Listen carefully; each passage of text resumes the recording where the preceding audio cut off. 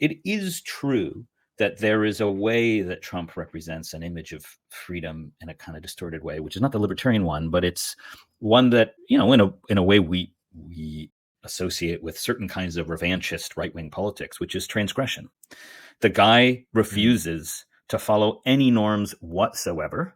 He, unlike any other politician, in fact, says exactly what's on his mind, and he does it in a way that upsets everybody who sets the ordinary terms of public discourse.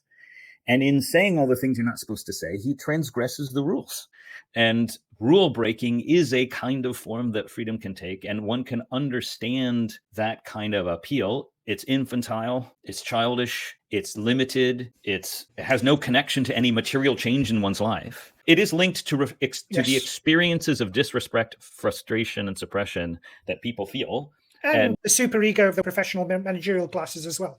This kind of suffocating etiquette that the college educated tell you have to kind of observe and abide by. And it's that is the fundamental pitch, I think, of the Trumpian right in the US and its analogs elsewhere. Perfected by Silvio, very famously. Yeah, absolutely.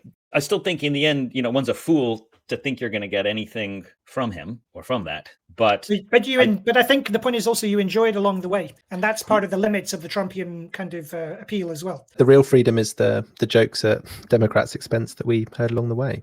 And I think, but it is connected to the meritocratic thing that I mentioned before, right? If you've set up society to say that 2/3, roughly, are going to occupy positions that are not publicly respected, that are considered failure, because success is victory in a race that is supposedly fair or roughly fair, or when it's unfair, there's only very specific groups who are recognized as suffering from the unfairness and injustice of the setup, and then getting special help in competing for these opportunities. But that no matter what, at the end of the day, we just know the structure's set up where there's only about 1/3 of the people who are going to end up in positions of respect, who are going to know how to operate within that discourse, that there is a legitimate grievance that can be kind of preyed upon and managed.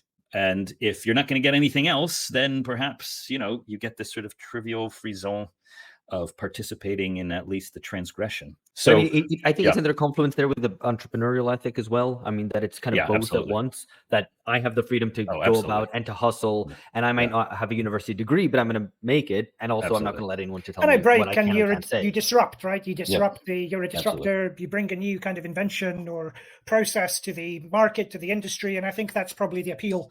And also, I don't play by the rules. Well. I can cheat on my taxes, whatever. It's a special liberty. I mean, I think it's a plea for special liberty, isn't it? Yes.